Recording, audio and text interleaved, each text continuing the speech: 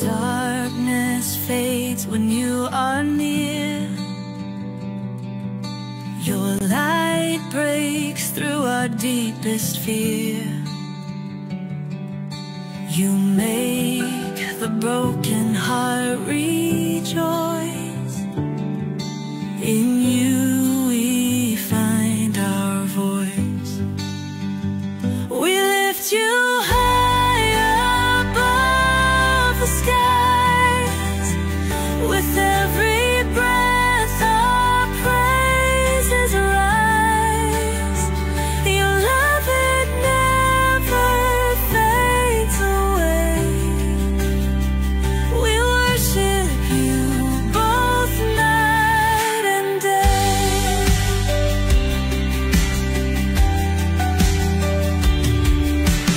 Chains are broken in your name. In you we are never the same. Your power flows like mighty streams, fulfilling all our dreams.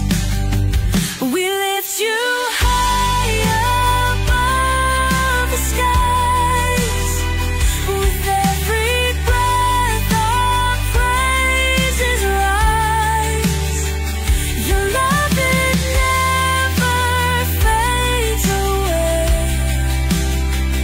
We worship you both night and day.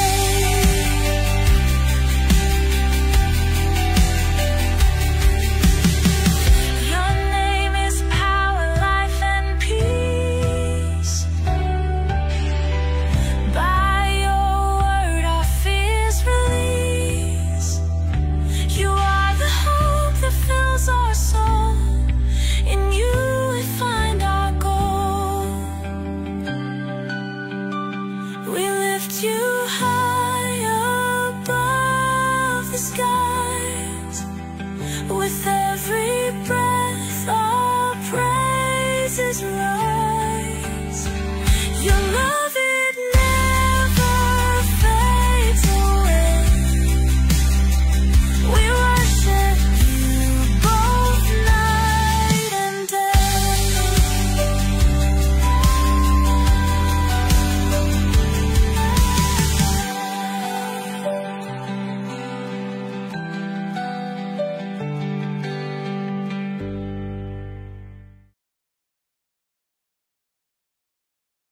Hello, and welcome sa Russia TV mga kapatid. At meron tayong debate na magaganap ngayon, October 8, 2025, alas 6 ng gabi dito sa Pilipinas mga kapatid. At ang topic na pag-uusapan ngayon ay patungkol dito sa patutunayan ng ating affirmative na ang mga Adventist na kumakain ng karne ay maliligtas sa araw ng paghuhukom. Again mga kapatid, ang topic natin ngayon ay ang mga Adventist na kumakain ng karne ay maliligtas sa araw ng paghuhukom. So affirmative natin dito si Fernando Camacho ng SDA at negative naman si Real Jury ng Davidian mga kapatid. So sa ating setup ng debate, meron tayong 10 minutes na presentation, 7 minutes sa pagtatanong, 10 minutes sa rebuttal, 7 minutes sa second cross, at meron tayong 5 minutes na final conclusion. Mauuna si negative, mahuhuli si affirmative. Sa ating rules mga kapatid, hindi naman sila bago sa ating platform, no? So summarize ko na lang. Rule number 1 natin, yung ating 20 seconds na pagsagot. Lahat ng tanong, answer doon sa tanong ay 20 seconds yan. Rule number 2, yung categorical natin. Ang unang lalabas sa bibig nyo ay yung categorical. Rule number 3, yung 10 seconds explanation rule natin. Kung hindi nyo masagot ng direkta or wala doon ang sa pagpipilian ang sagot nyo. So pwede nyo gamitin yung 10 seconds. Rule number 4, kung ano ang tanong, yun ang sasagutin. Rule number 5, sa first stand doon lang kayo dapat magtanong sa inilatag ng katunggali, at kung sinasabi niya na hindi ko pa nilatag yan, yung automatic next question ko yan. Pero sa rebuttal, pwede nang itanong doon either nilatag or hindi inilatag. Rule number 6, dalawang warning galing sa akin ay may disiplina yan, so -1 minute sa time niya. Rule number 7, isang objection lang at isang clarification at every question at no objection during final conclusion. Rule number 8, hindi ko papayagang mabanggit yung mga insultong pisikal. Kasama na din doon yung mga pagmumura na alam natin. Pero labas doon gaya ng mga salitang demonyo, kulto, sinungaling, mangmang at iba pa ay maaaring gamitin. Rule number 9, no challenge question. Ito yung mga tanong na kung mabasa ko or paano kung mabasa ko. Rule number 10, para sa sensitive question, pwede kayo magtanong ng personal question or mga sensitive na paksa. Pero pwede ding tanggihan ito. Rule number 11, disconnection time limit, 7 minutes lamang ako maghihintay. Rule number 12, bilang moderator, meron akong kapangyarihan magtakda ng bagong rules kung ito lang naman ay kinakailangan. Rule number 13, bilang tagapamagitan, ako'y nagsisilbing tagapangasiwa lamang ng debate na ito at hindi ako responsible sa anumang pananaw, paniniwala o pahayag ng mga debater. Mga sagot at opinyon ay pananagutan ng mismong nagsasalita. Hindi rin ako mananagot sa anumang hindi pagkakaunawaan, pagkasira ng relasyon o iba pang epekto dulot ng nilalaman ng debate. By the way mga kapatid, ako nga pala si Rasha Vista, ako po ay isang Catholic, one of the member ng Templar of Truth at naging moderator halos ilang years na din mga kapatid, at ako po yung tatayong moderator, streamer, timer sa debate ngayon. Sumasang-ayon ba ang ating affirmative sa lahat ng nabanggit? Yes, Your Honor. Sumasang-ayon po sa lahat ng inyong nabanggit. At sumasang-ayon din ba ang ating negative? Yes po, yes moderator, sumasang-ayon po. Okay, so yun yung ating confirmation mga kapatid. So before natin i-start ang ating debate, syempre gusto ko muna kasi silang magpakilala mga kapatid, at baka pwede nyo ikwento kung paano ba nabuo ang debate na ito at ano yung pinaka-purpose ninyo, bakit itong paksa na ito. So unahin natin ang ating affirmative. Pakilala ka kapatid. Yes, ang inyo pong laging napapanood sa Impapawid, Master Guide Fernando B. Camacho Jr., isa pong simpleng kaanib ng Seventh-day Adventist Church. At ngayon pong gabi ay tatayo po sa panig ng pagiging afirmatibo na ang mga Adventista kumakain ng karne ay maliligtas rin sa araw ng paghukom. Nabuo po ang tema o ng dialogue na ito dahil sa paglalambingan ng mga magkakapatid. Ayan.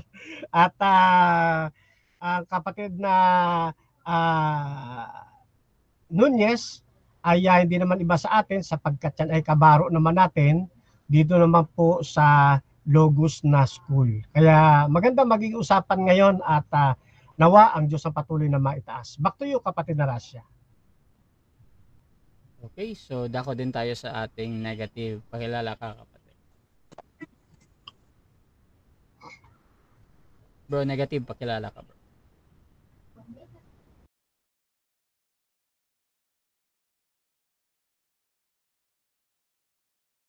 Okay, magandang gabi po sa lahat ng mga nagasubaybay dito po sa platform Russia TV Vista. Ako po si Real Jury Nunez, isang sa panig ng Davidian, at ito po ay isang hamon ng ating pong mentor, Father Fernando Camacho, at ito po ay ating pinagbigyan sapagkat maganda po na talakayan ito. Inyo pong subaybayan, lalo tigit ang channel na ito, Russia Vista TV. Maraming salamat. So mga kapatid, dyan sa nasa live, please share yung ating live streaming ngayon.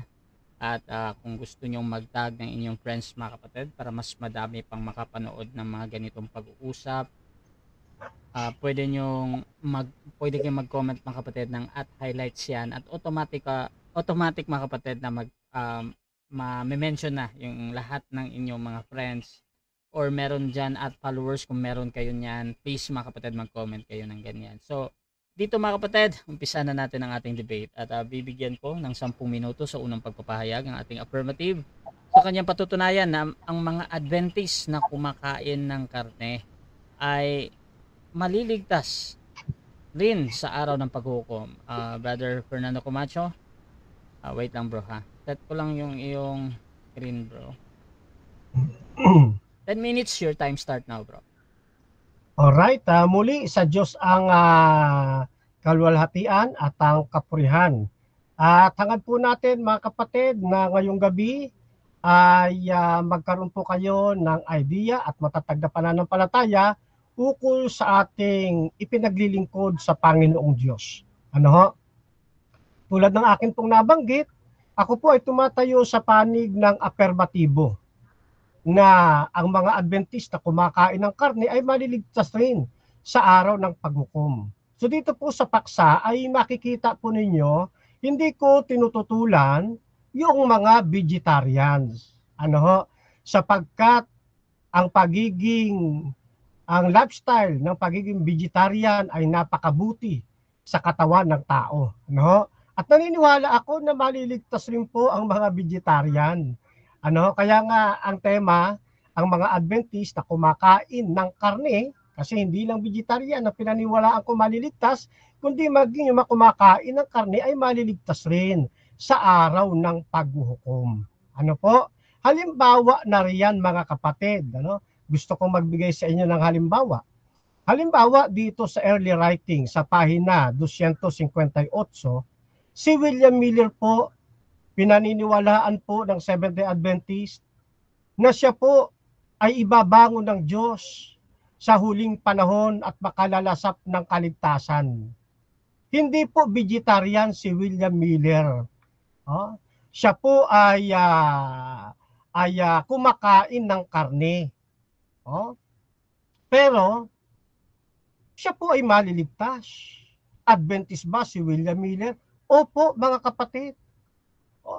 Pag sinabi kasing Adventist, hindi lang ito nakakulong mga kapatid doon sa mga Seventh-day Adventist Church mismo.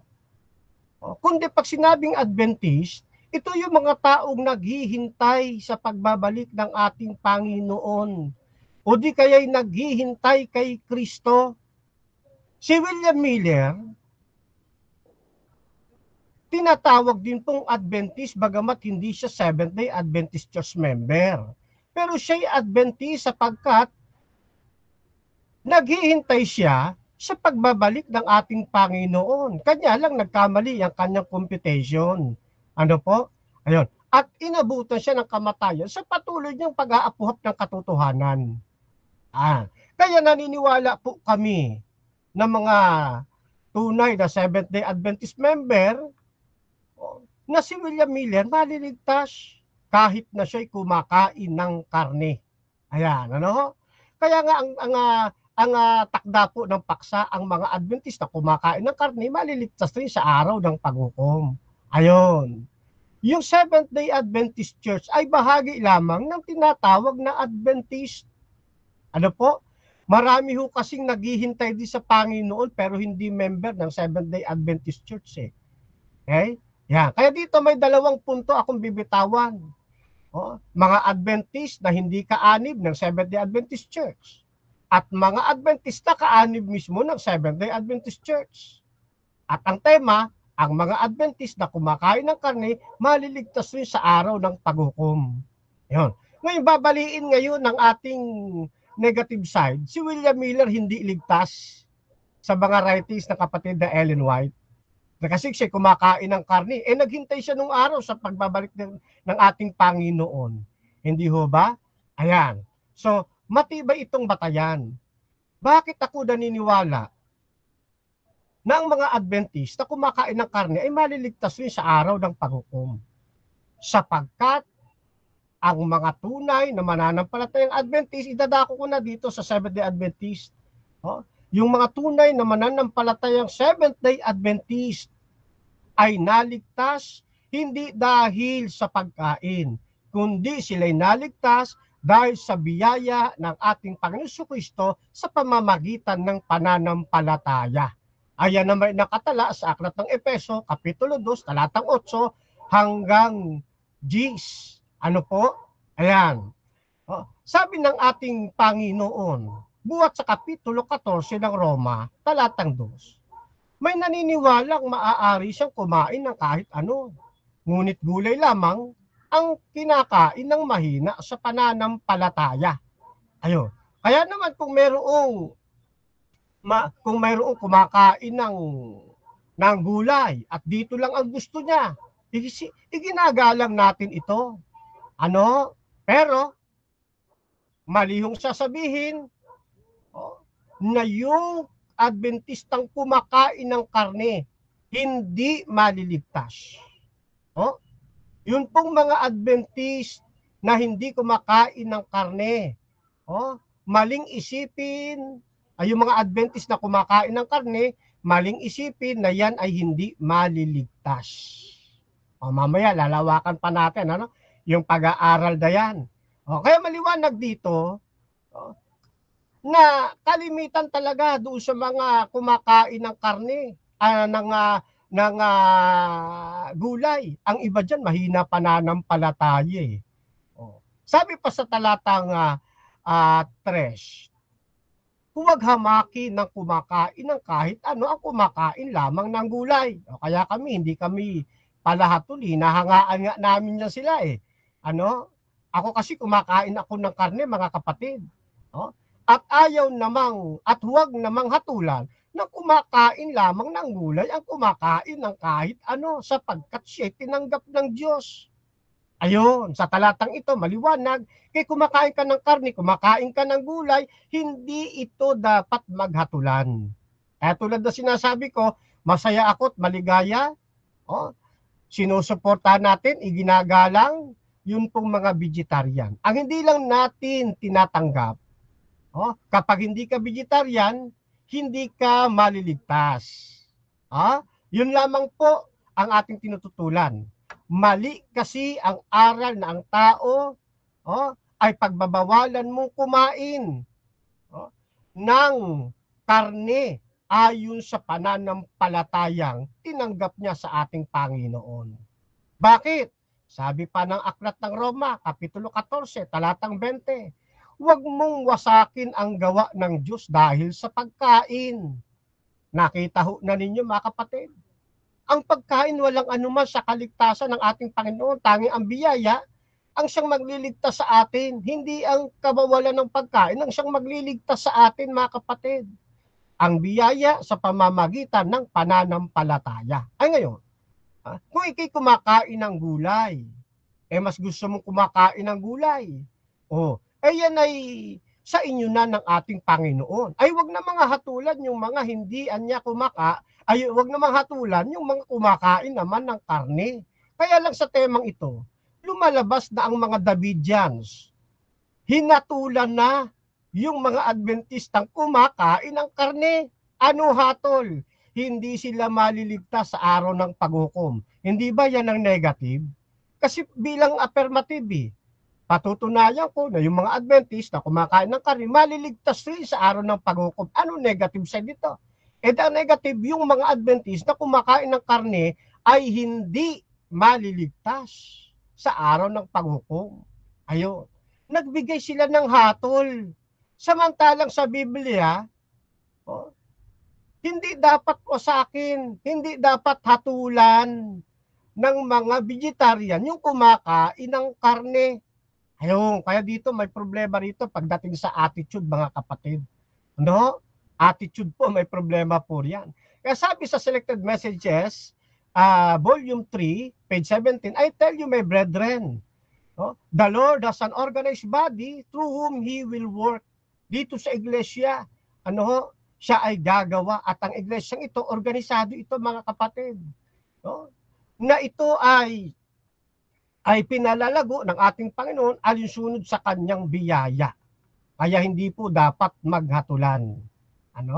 Sabi pa sa Testimonies for the Church, Volume 5, page 665, ang mga nakasulat anya na testimonya, ililiwat ko na sa wikang Tagalog, ang mga nakasulat anya na testimonya ay hindi nilalayong magbigay ng bagong liwanag, kundi upang malinaw na may pabatid sa puso ang mga katotohanan ng ipinahayag na sa pamamagitan ng inspirasyon.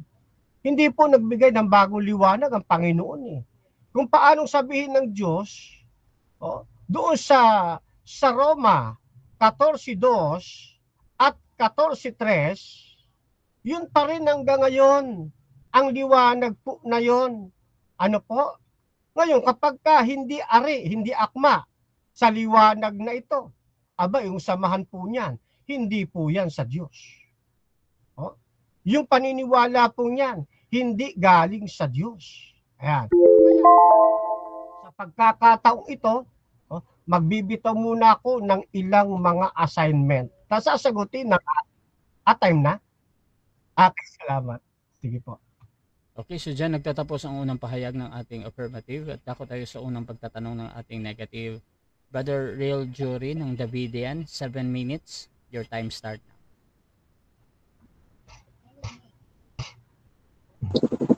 Okay, salamat moderator. So ako po ay magtatanong na. Sinabi ng ating isang kapatid sa early writings page 208 na si Miller maliligtas. Ang tanong ko doon, dumating na ba ang mensahe ng health reform sa panahon ni William Miller? Dumating na? Yes or no? Yes, kapatid. Ang health reform, malawak. Siguro yung tinutukoy mong health reform, yung vegetarianism. Malawak ang health reform, mga kapatid. Yun lang hindi kakakain ng karumal-dumal, health reform na po yun eh. Malawak po yan. Inabutan na si kapatid na William Miller ng health reform. Ano po? Yan, sa lawak nito. At hindi niya lang... sige. Okay, maraming salamat. Next question. Dahil sinabi mo meron bang mabasa sa sulat ni Ellen G. White na dumating na kang Miller ang health report? Meron o wala? Categorical? Wala kung ang iniisip mong health reform, vegetarianism. Katulad na sinabi ko, pag sinabi kasing health reform, ito'y tumutukoy sa malawak na pag-uusap. Halimbawa, yung hindi kakakain ng karumal-dumal, kabahagi po yan ng health reform. Sapagkat yan ay nakabubuti sa kalusugan. Kung kakain ka ng karumal-dumal, masisira ang iyong katawan. Health reform din po yan, mga kapatid. Okay, maraming salamat sa sagot. So wala talagang mabasa sa... Mr. Moderator, paki-avoid kasi yung sagot ko hindi pumapanig sa kanya. Okay, so ganito bro. No side comment tayo, lalo-lalo sa pagsagot niya. Mamaya i-rebut mo na lang yan. As Okay. direct as possible, bro. Okay, Na salamat. question. Proceed, bro. Okay, so next question. Ang mensahe ng health reform, kailan ba dumating? Sa panahon ni Miller o sa panahon ni Ellen G. White? Sa panahon pa ng lumang tipan, ang health reform ay dumating na. Sapagkat ang health reform ay malawak na usapin. Ang pagiging vegetarian o vegetarianism, isa lang sa bahagi ng health reform. Yan. Kaya yung mga Hudyo nung araw, bawal sila kumain ng dumal eh. Di ba? May mga proseso pa silang paglilinis. Okay, next question.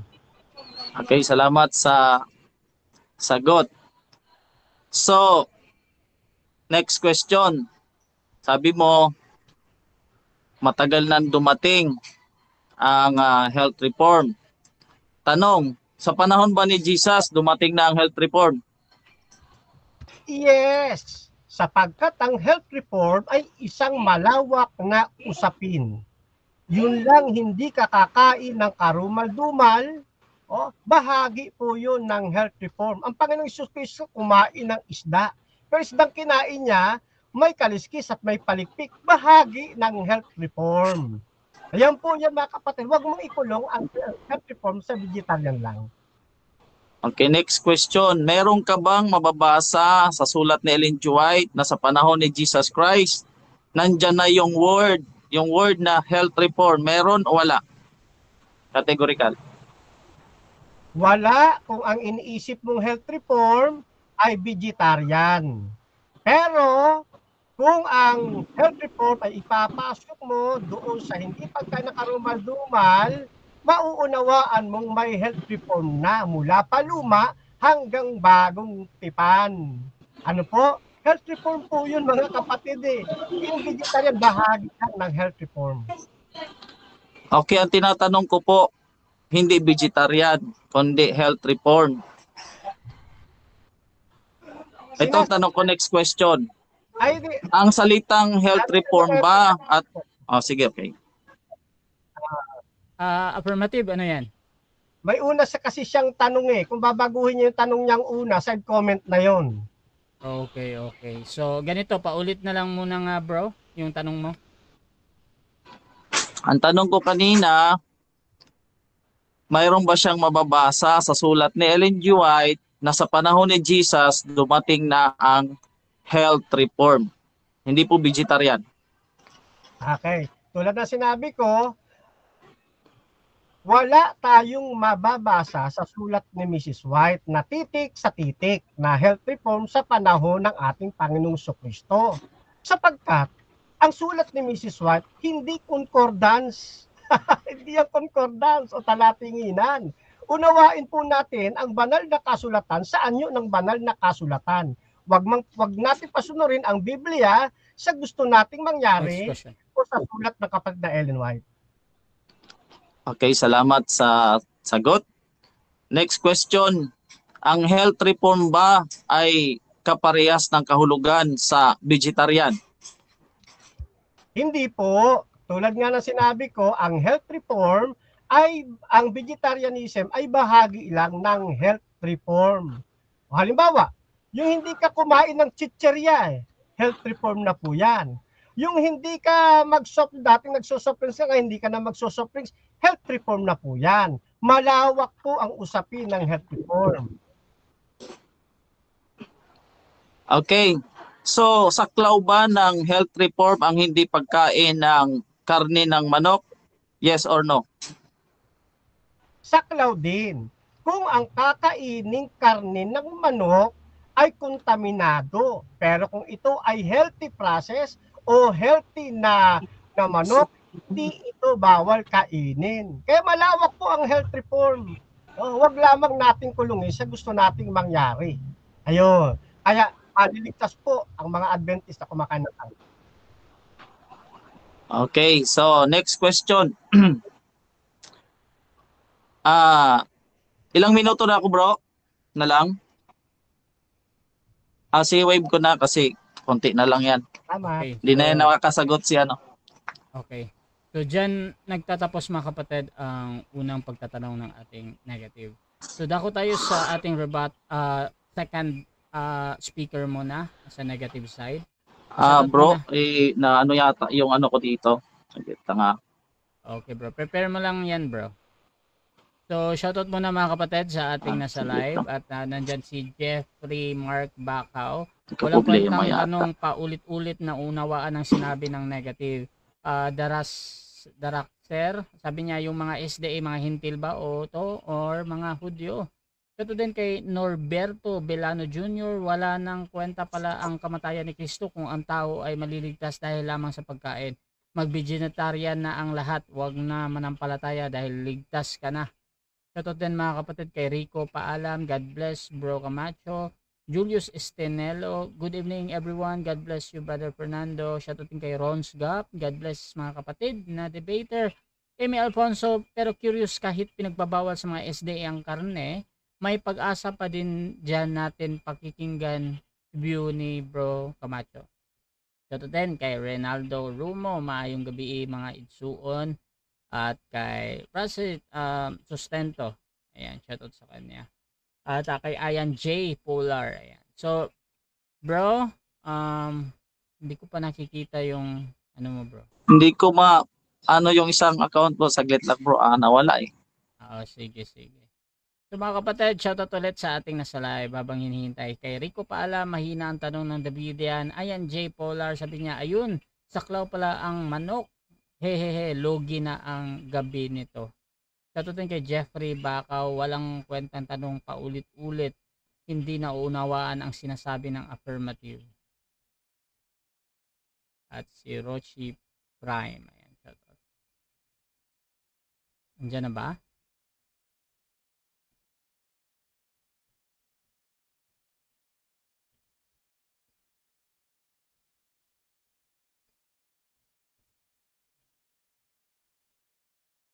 Ayan. Diyan na. Okay bro, proceed ka bro. Nakamute ka, nakamute. Kita na bro yung ating PowerPoint. Okay, maraming salamat Brother Camacho sa magandang presentasyon na iyong ipinagkaloob. So dito tayo sa paggiba doon sa kanyang itinayo ng mga pundasyon. Okay? So doon po sa ating pong gigibain mga kapatid, ang unang presentasyon po natin ay ating pong ipipresentar kung ano talaga yung original na stand ng Seventh-day Adventist. Okay? So papatunayan niya na ang Seventh-day Adventist ay kumakain ng karne ay maliligtas din sa araw ng paghukom sangayon sa Biblia. Okay? So binasa niya doon si Miller, sa tingin ko tama din naman yon, pero hindi yun yung ini-expect ko kasi gusto kong tayuan niya yung Seventh-day Adventist. Hindi yun sa panahon ni Miller kasi wala pang Seventh-day Adventist doon. Okay? So, ang Seventh-day Adventist po mga kapatid, meron silang paniniwala ng ikatatlong anghel dyan po sa Revelation chapter 14. Ayan.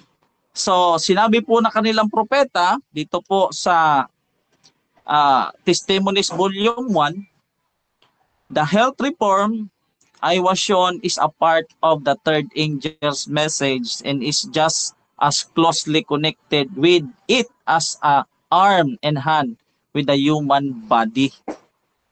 So, ang Seventh-day Adventist naniniwala na ang third angel's message, right arm niya ang health reform. Ibig sabihin, hindi yan siya pwedeng mahiwalay. Okay? Hindi po yan siya pwedeng mahiwalay. Kasi sabi dito, one important part of the work of the ministry is to faithfully present to the people the health reform. Kaya nga tinatanong natin sa kanya, yung health reform, hindi yung vegetarian. Kasi maraming vegetarian na hindi health reform. Yung gusto kong klaruhin.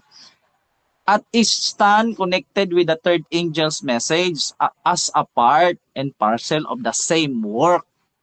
All who profess to believe the truth. So bakit natin ito binabasa, no? Para makita nyo po kung ano yung original na stand ng Seventh-day Adventist. Yan mga kapatid.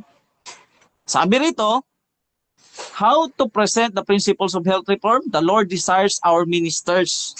Gusto ng Diyos ng mga ministers, physicians, and church members hold up the principles of health reform. Ayan. So nakita ko dito ang ano niya kasi na parang ang health reform parang hindi siya walang kaugnayan sa kaligtasan. Yung kasi ang nakikita ko Kung walang kaugnayan sa kaligtasan, ibig sabihin kahit kumain ka ng karne maliligtas ka pa din. Yun ang ano natin sa kanyang tema. Okay? So sabi rito, principles po yan. Hindi yan pwedeng paras yung hindi ka kakain ng baboy. Prinsipyo yon, hindi po yon pinagbabawan. Prinsipyo, ibig sabihin, malinis man ang baboy o may sakit man ang baboy or walang sakit, bawal talaga yon. Yon ang ibig sabihin. Halimbawa manok. Kung hindi ka kakain ng manok, hindi naman inaano doon kung may sakit yung manok o wala. Kasi hindi mo malalaman nyo kung may sakit. Bibili ka ba ng manok? Tatanungin mo. Hindi yo. Prinsipyo, ibig sabihin, hindi ka talaga kakain noon. Kasi inano yun ng propeta ng Seventh-day Adventist. Okay? Pagtayo po ng Seventh-day Adventist General Conference, 1863, same year po, first vision ni Sister White Chan, yung tatawag na health reform noong June 6, 1863. Wala pa po dyan yung Leviticus kasi ang gustong palusutin ng ating kapatid na ikukunik niya yung Leviticus, wala ho yung Leviticus 11. Kasi sa Leviticus 11, nandun yung mga manok, yung baka, kalabaw, ano pa dyan. Okay? June 6 pa lang po, meron ng mensahe. Ibig sabihin, pag merong mensahe, merong message, meron ka ng pananagutan, para sumunod doon. Okay? Ngayon, mabasa din po ito na sinabi talaga dito, meat eating. Hindi po pinag-uusapan dito kung may sakit ba o contaminated ba. Kundi sinasabi dito yung pagkain ng karne. Iba po yung may sakit. Ang halimbawa po natin, yung parang doon sa karne ng isang karne, hindi mo naman malalaman kung may sakit yun.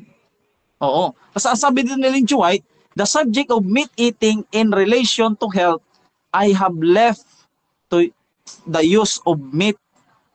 Tumigil na siya. Okay? Dito mga kapatid, pagtayo noong 1886, natayo po yung isang institusyon na tinawag na Western Health Reform Institution. Ayan. Pagkakalaunan, tinawag na po yan na Seventh-day Adventist Health Movement and Battle Creek Sanitarium. Diyan po kapatid, pag binasa mo yung article na yan, wala pong linulutong manok dyan. Wala pong linulutong karni dyan. Oo, sigurado kong alam ni Fernando Camacho po yan. Hindi po sila nagluluto ng isda doon. Hindi sila nagluluto ng manok sangayon sa nabasa kong article. Okay?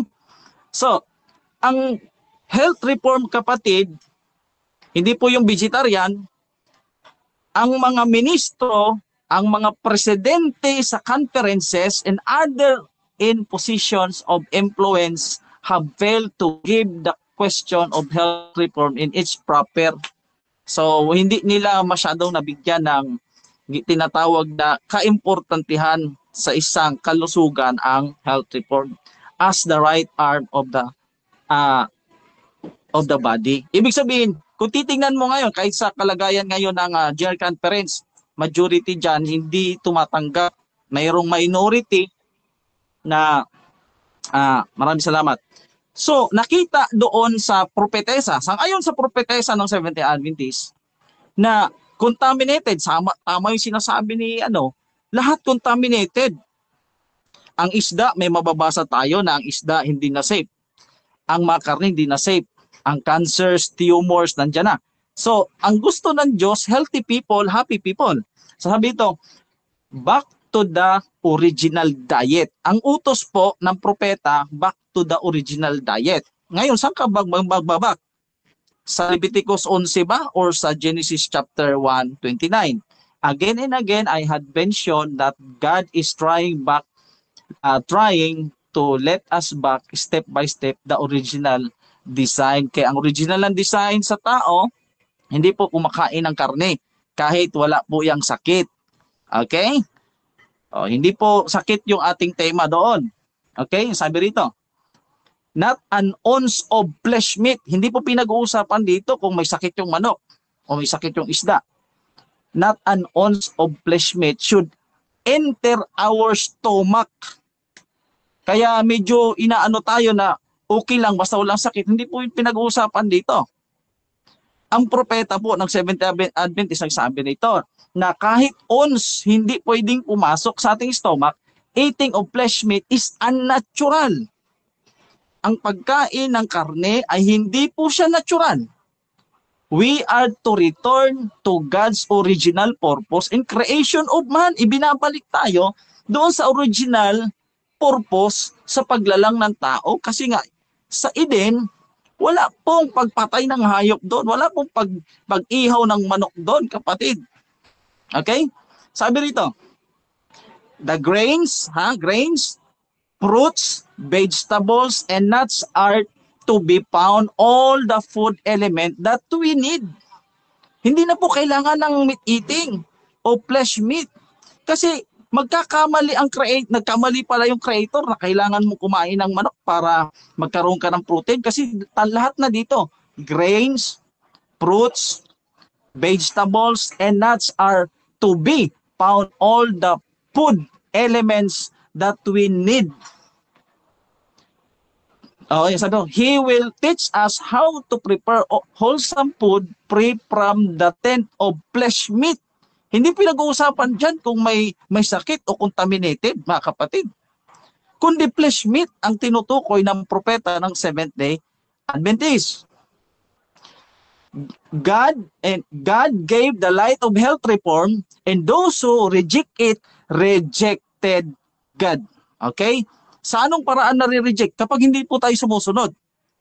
Pagka hindi po tayo sumusunod doon sa grains, vegetables, nuts, ano pa yan, kakain po tayo ng meat, doon po sa ganong paraan, nare-reject po natin ang prinsipyo ng health reform. Okay? Maraming salamat. Diyan nagtatapos mga kapatid ang unang pahayag ng ating negative. Dako tayo sa unang pagtatanong ng ating affirmative. Fernando Camacho ng SDA, 7 minutes. Your time start now. Okay. So ang tanong ko po una, sa panahon ba ng bagong tipa nung unang siglo hanggang ikalawang siglo, may mga Adventist na ho ba noon? Yes or no?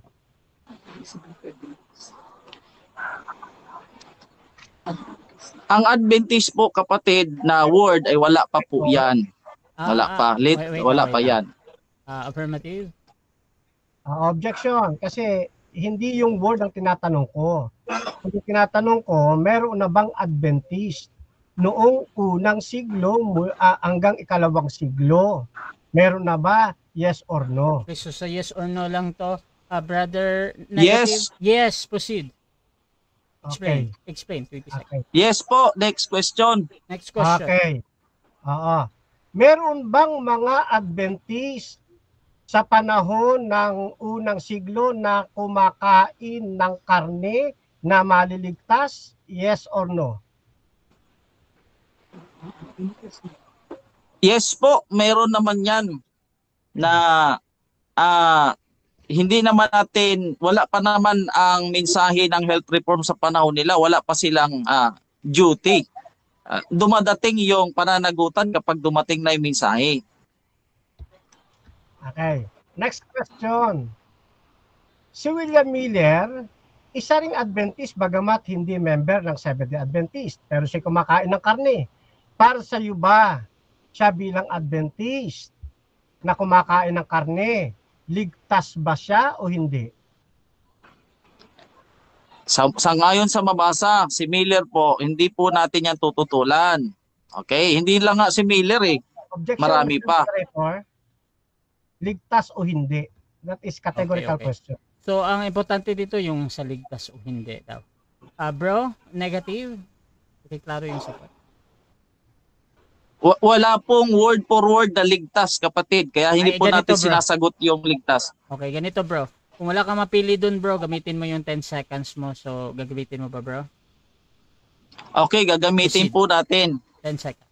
Sinasang-uyunan natin siya, pero yung word na ligtas, wala po yon. Next question. Okay. So sa makatwid, hindi ka naniniwala sa early writings, page 258, na siya ay ibabangon sa huling panahon pag dumating na ang ating Panginoon. Hindi ka naniniwala sa early writings na siya ay ibabangon at maliligtas? Naniniwala ka hindi? Naniniwala kasi nabasa ko na yan maraming beses. Next question. Okay. So next question.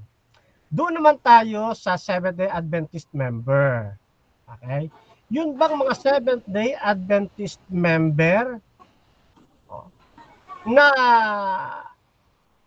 hindi kumbinsido sa pagbe-vegetarian na pasok doon sa health reform? At samantalang pinag-aaralan nila ito, kinamatayan nila ito. Habang pinag-aaralan, namatay sila nang hindi pa tapos yung pag-aaral. Sila ba ay hindi maliligtas o maliligtas? Sagot. Basta sa kaligtasan, kapatid, hindi sa Diyos lang po Objection yan. muna, Wala objection. pong mababasa. Objection mo na. Affirmative. Ano Next yan? question. Objection Categorical question po yun. Okay. Maliligtas ba sila o hindi sila maliligtas? Okay. So again, dito yung categorical daw, maliligtas pa daw sila o hindi maliligtas. Kung hindi ka makapili dun bro, pwede kang gumamit ng 10 seconds. So, Pipili ka ba? 10 seconds. Proceed bro, 10 seconds. So wala pong ganong mababasa na ganong statement. Kaya hindi po natin yung sasagutin. Kasi marami rin akong tanong kanina, hindi niya rin Next sinagot question. na hindi mababasa dito. Okay. Ang tanong ko hindi sa mababasa, ano? Okay. Yun bang mga tapat na Adventista o mga tapat na Seventh-day Adventist member na kasalukuyang inaaral pa lang ang vegetarianism at hindi pa nila natanggap ng lubos at sila ay namatay sa panahong hindi inaasahan. Sila ba ay ligtas o hindi ligtas? 10 seconds, moderator. Hindi po na ko sasagutin yan dahil hindi ko po yan itinayo. At saka wala talagang mabasang ganyang word for word. Okay. Next question.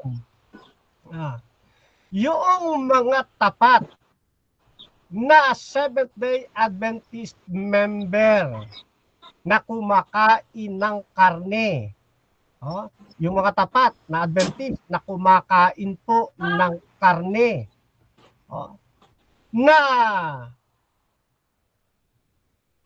kasalukuyang inaaral, kaya lang, hindi pa nila lubos na matanggap. Pero open ang kanilang puso sa pagtanggap.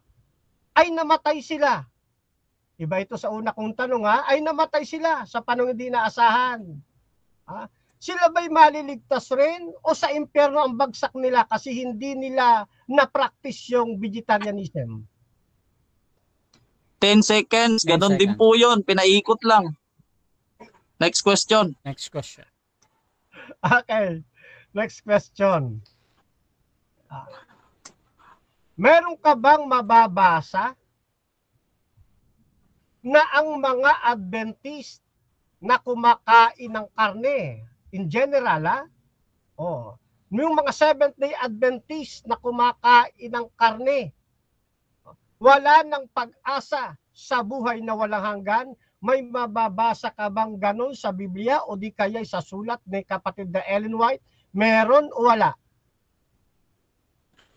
Sagot, walang ganong statement. Next question. Okay. That's 40 seconds. Okay, next question. Mayroon ka bang mababasa sa sulat ni Mrs. White na yung kumakain ng karne na Seventh-day Adventist member sa impyerno na agad ang bagsak? Meron o wala? Sagot, walang ganon sa mensahe, hindi judgmental. Next question. Okay. Hindi judgmental. Bakit sa paksa, nag-judge na po kayo na yung Adventist na kumakain ng karne, hindi maliligtas sa araw ng paghukom? Bakit? Sagot, hindi po tayo nagja-judge, nagre-rely lang po tayo sa mabasa Time. sa ating pong... 7 minutes time. Maraming salamat. Okay, so dyan nagtatapos ang first stage ng ating debate. Dako tayo sa ating rebuttal, pero bago yan, shoutout muna sa ating nasa live kay Jean Tanhay. Good evening everyone. Shoutout din kay Ayan J. Polar. Siguro tapat sa pagiging membro sa iglesia, pero sa liwanag ng dala ng iglesia, questionable pa. Shoutout din kay Rons Gop. Hindi tapat yun dahil kumakain ng karne, bro Camacho.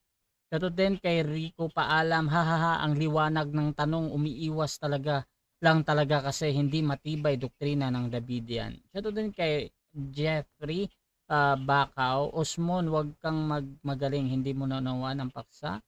Shoutout din kay Joel and Andea. Special truth have been adapted to the condition of the generation as they have existed. The present truth, which is attest to the people of this generation, was not attest to the people of generation far back. Shoutout din mga kapatid kay Osmon. Sa makatuwid, kumakain pala ang SDA ng karning baboy. Hindi pala sila sumusunod sa kautosan ni Moises.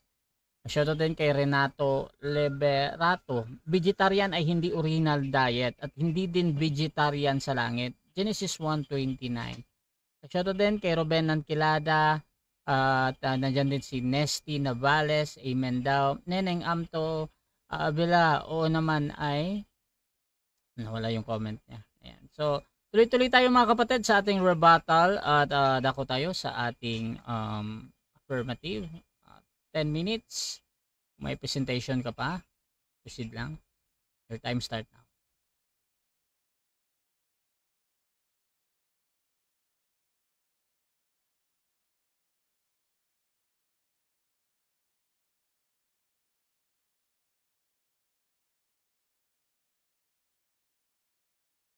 Nakamute. Okay. Yan. Okay. So, maliwanag mga kapatid sa ating mga pagtatanong. Kung mayroon bang mga Adventist na kumakain ng karne na maliligtas? Maliwanag po ang sagot sa atin, meron. Mula bagong tipan, doon sa una hanggang ikalawang siglo, hanggang sa panahon ni Miller, meron po hanggang sa panahon po natin. Tingnan po ninyo itong The Ministry. February 1987, we cannot regulate the diet question by making any rule.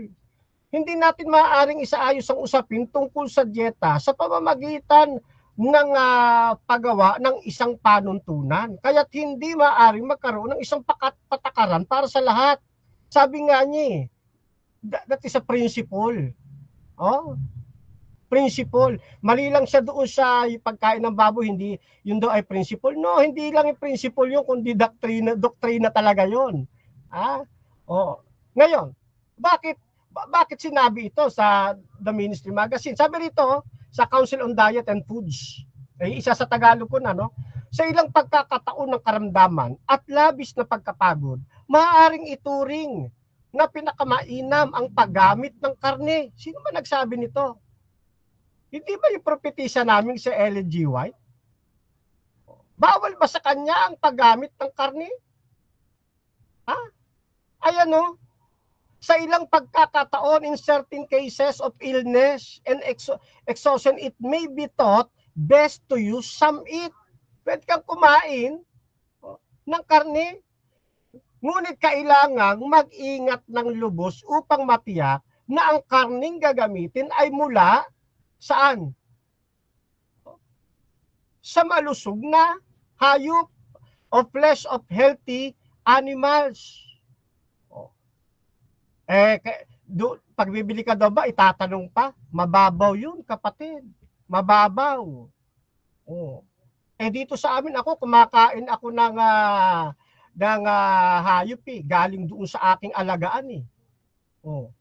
At tinitiyak ko yung aking kakatayin na karne sa aking alagaan, healthy. Kung duda ka doon sa bibilhin mo, halimbawa bibili ka sa merkado at duda ka, baka yan ay hindi healthy, huwag mong bilhin. Duda ka . Di ba? Dapat marunong din tayo kumilatis ng kulay ng chicken kung ito'y fresh o hindi fresh. Actually, no, yung mga unhealthy na sinasabi, wala naman akong tutol doon. Hindi naman talaga dapat kainin doon . Unhealthy animals, hindi naman talaga dapat kainin yun . Wala rin yung pinag-iba doon sa mga unhealthy vegetable. Hindi rin siya dapat kainin. Ang dapat lang natin kainin, mga healthy vegetable. Pareho lang po yan. Ngayon, ito pa sabi. Council on Diets and Foods, page 394, 395. A meat is not the most wholesome. Tatagalogin ko na. Ang karne ay hindi ang pinakamalusog na pagkain. Tama yon. Ngunit hindi rin sinasabi na dapat itakwil ng lahat ang pagkain ng karne. Sabi ko si Ellen White. Eto naman David dyan. Ipinagbabawal sa miyembro kumain ng karne. Na kapag kumain ka ng karne, hindi ka maliligtas. Tuloy natin. Ano pa sabi? Ang mga may mahinang panunaw ay madalas na nakakakain ng karne. At sa pagkakataong, hindi nila kayang kumain ng gulay, prutas o lugaw. Kita mo na. Kaya kung minsan yung ipinangangaral nilang health reform, hindi na health reform eh. Health deform. Ha? Yung mga nagtuturo niyan, mga health destroyer. Kita mo, ibang-iba sa turo ng kapatid na Ellen White. At walang sinasabi sa kapatid na Ellen White, tinanungan natin na yung mga Adventista in general, mga Seventh-day Adventist na kumakain ng karne, mapupunta sa impyerno. Wala daw. Kasi wala namang ganong turo eh. Ang pagkain kasi ay hindi nakasalala, ay ang kaharian ng langit, hindi sa pagkain at sa ganyang bagay. Dahil hindi ang pagkain ang isang tagapagligtas natin. Kung magiging vegetarian tayo, maganda. Pero hindi ibig sabihin, pag hindi nag-vegetarian, impyerno ang bagsak. Yan po yan mga kapatid ha. Kaya, maging metikuloso tayo mga kapatid sa tinatanggap nating mga aral. Kasi kapag isang tao, pagbabawalan mo, sabi ng kapatid na Timoteo sa unang Timoteo 4:1 hanggang 3. Ngayon ay maliwanag na sinasabi ng Espiritu na sa mga huling panahon, ang iba'y tatalikod sa pananampalataya sa pamamagitan ng pakikinig sa mga mandarayang espiritu at mga aral ng demonyo. Sa pamamagitan ng pagkukunwari ng mga nagsasalita ng kasinungalingan. Bakit kasinungalingan? Wala naman turo ng Seventh-day Adventist may impyerno pag kumain ng karne. Wala naman siya na nga nagsabi wala Di kasinungalingan yun, maling aral po yun. Kailan po yan? Sa huling panahon, ang iba'y tatalikod sa pananampalataya. Kaya nga sila tinawag na Davidian Hindi na sila Seventh-day Adventist member talaga kundi Davidian Seventh-day Adventist. Tumalikod na sila. Tuloy. 3.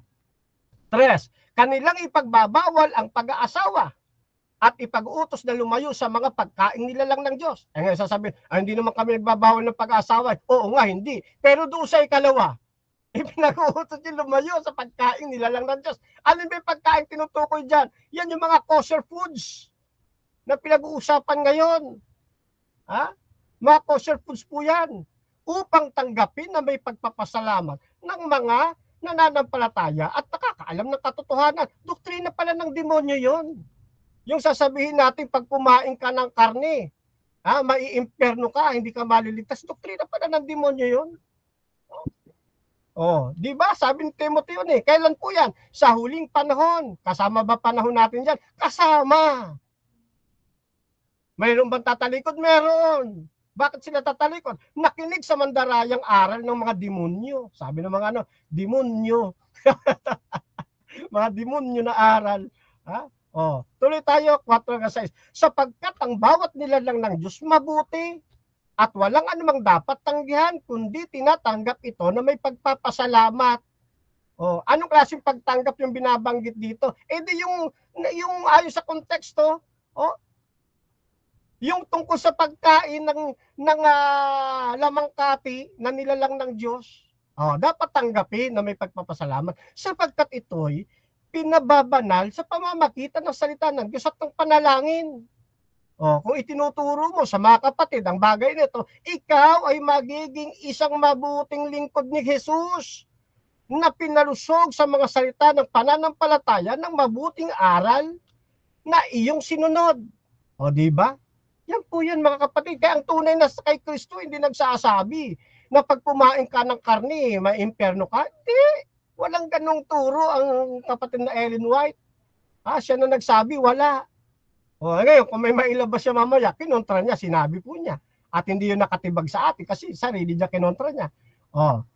Talatang 9, tapat ang salita, nararapat tanggapin ng lubos.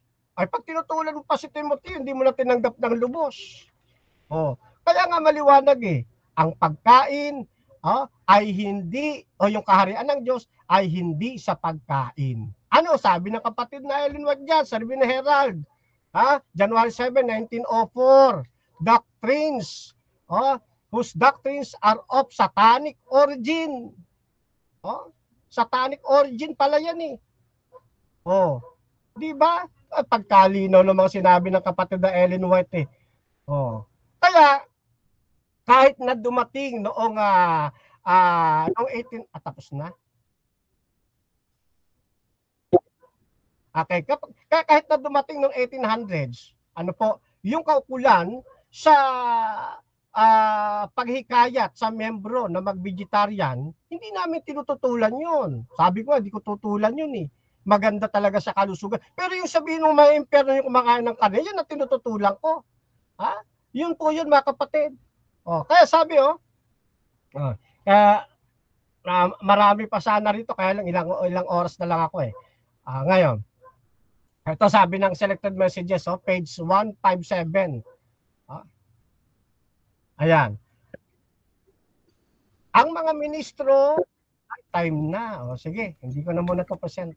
Okay, so dyan nagtatapos ang rebuttal ng ating affirmative. Dako tayo mga kapatid sa second cross ng ating negative sa affirmative. Dito pwede na itanong either inilatag or hindi inilatag.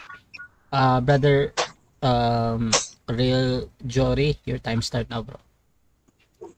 Okay, maraming salamat Brother Camacho sa magandang presentation. Ang una kong tanong ngayon, yung binasa mong 1 Corinto 4, yung meat na pinag-uusapan dyan, yan ba'y tumutukoy sa karne? Yes or no? Yes po, sa kosher foods po, tsaka hindi po yan 1 Corinto, 1 Timoteo 4. Opo. At yan po ay nilalang ng Diyos na may pagpapasalamat. Sa ibang version yan ay lamang kati. Karne po yon, mga lamang kati. Tumutukoy po yon sa kosher foods. Yung meat dyan, katumbas ba yan sa salita nga flesh? Yes or no? Ay opo, lamang kati po yan eh. Hindi ba? Lamang kati. Basahin po ninyo yung ang Biblia. Maliwanag naman po yan, lamang kati po yan. Dito sa ang bagong ang Biblia kasi, mga pagkaing nilalang ng Diyos. Di kabilang po talaga riyan, mga kapatid. Next question po. Okay, next question. Halimbawa, bird, chicken, or fish, beef na about broma. Yun ba yung tinutukoy mo na meat na pinag-uusapan dyan? Opo, kreya po kasi yan sa Greek, kreya. Yung kreya po tumutukoy sa lamang kati. Sa laman ng mga hayop po yan na ipinahintulot na pagkain ng Diyos. At ang magtuturo na lumayo dyan o huwag kakainin yan ay turo po ng dyablo. Hindi po yan turo ng Diyos. At wala pong sinasabi ang Biblia na masusunog ang kumakain ng karne o ng kosher foods. Next question. Kasi sinabi mo na turo ng Diablo. Yung propeta ng Seventh-day Adventist, sinabi niya na ang pagkain ng karne makadishonor sa God. Ibig mo bang sabihin si Ellen G. White nagturo ng aral ng demonyo? Yes or no? Ay hindi. Kasi hindi ni Ellen White ginagawa ang unang Timoteo 4. Kaya nga sabi niya sa mga may illness, pwedeng kumain ng karne. Dito sa Timothy, bawal talaga kumain ng karne, ng kreya, ng kosher foods. David dyan ang tinutumbok po niyan, hindi si kapatid na Ellen White. Si kapatid na Ellen White, nagpapayo lang na mas mainam kumain ng maging vegetarian. Pero hindi niya sinasabi, maiimpyerno yung kumakain ng karne. Brother, paki-stop yung time. Ilang minuto na lang, bro? 4 minutes, bro, and 8 seconds. Okay, pwede mag-share screen ako. May tatanong lang ako sa ano. Ano yan, bro? Running time yan, bro. So, okay, sige. So, dito sa sinabi ng propeta, meron akong tanong sa sinabi ng propeta. Sabi niya dito sa Bible Training School, meat eating is dishonoring God. Tanong, tama ba ito o mali? Tama po. Kung naunawaan mo na ang mensahe at tinanggap mo na yung mensahe at itatalaga mo ang iyong sarili na ikaw ay magpapasya na mula ngayon vegetarianism ka na. Kasi dapat pag tayo'y magtatalaga, susundin natin. Pero kapag ikaw may kapansanan, may sakit, illness, pwede kang kumain ng karne. Hindi ka maiimpyerno.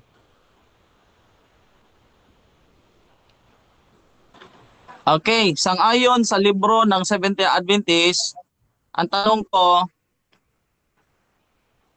yung bang sinabi rito sa sulat ng propeta ng Seventh-day Adventist, this is suggestion of Satan, ang pagkain ng karne ay suggestion of Satan.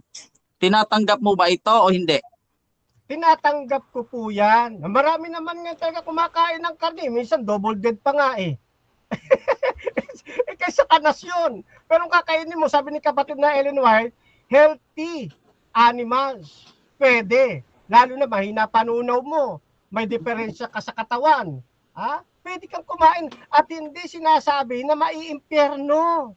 Kaya unawain po ninyo by the whole context ng salita ng Diyos. Okay, next question. Ito yung sinabi ng propeta ng Seventh-day Adventist nga ang pagkain ng karne ay hindi tama na pagkain ng bayan ng Diyos. Ito ba'y tinututulan mo o hindi? Hindi ko po tinututulan. Tama nga yan eh. Sabi ko tama. Oh, kasi pagkakain ka ng karne, dapat hindi ka pawarda-warda o pawardi-wardi. Dapat healthy animal ang kakainin. Eh marami naman ngayon talaga kumakain, hindi na sinusuri kung healthy animals, makabili lang eh. O, walang pag-iingat yon. Ang sabi ng Apostol Pablo, ano man ang inyong ginagawa, kumakain man umiinom, gawin ninyo ang lahat sa kalulwalhati ng Diyos.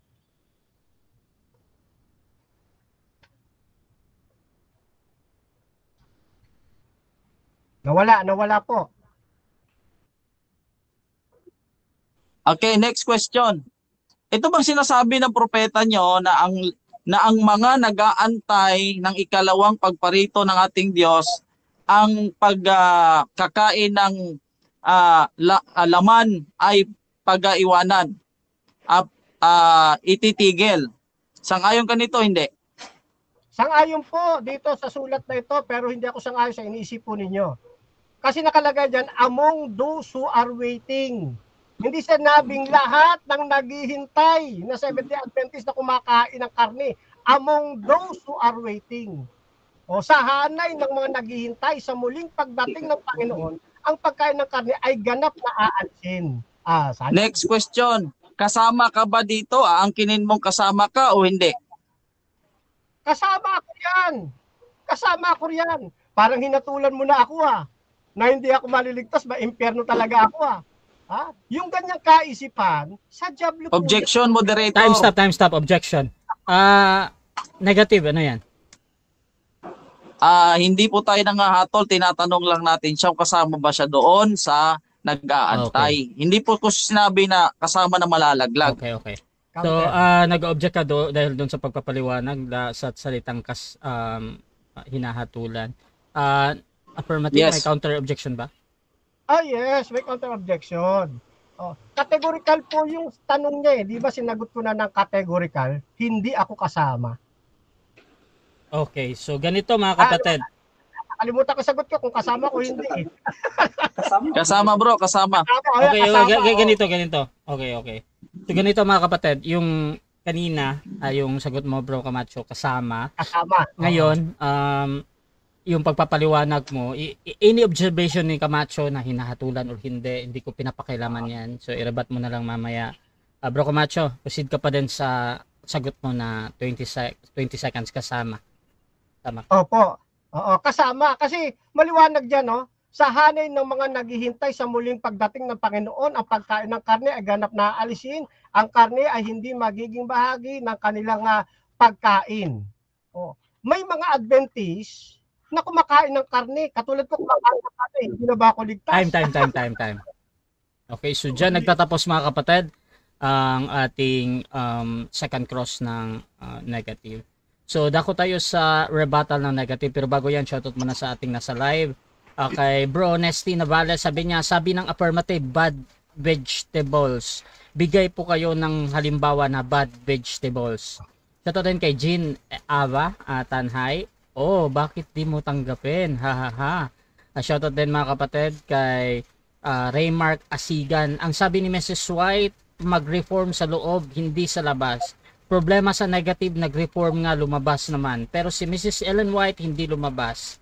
Shoutout din mga kapatid dito kay Bro Nesty, yung mga binigay na Bible verses ng affirmative ay hindi po literal na karne ang tinutukoy doon. Message po ang context doon. Masyado din kay Rico, paalam, walang tibay ang tanong ng Davidian. Ronsgap, palinggit pa lang yung will suffer ay consequence. Encouraging selfishness and lustful appetite.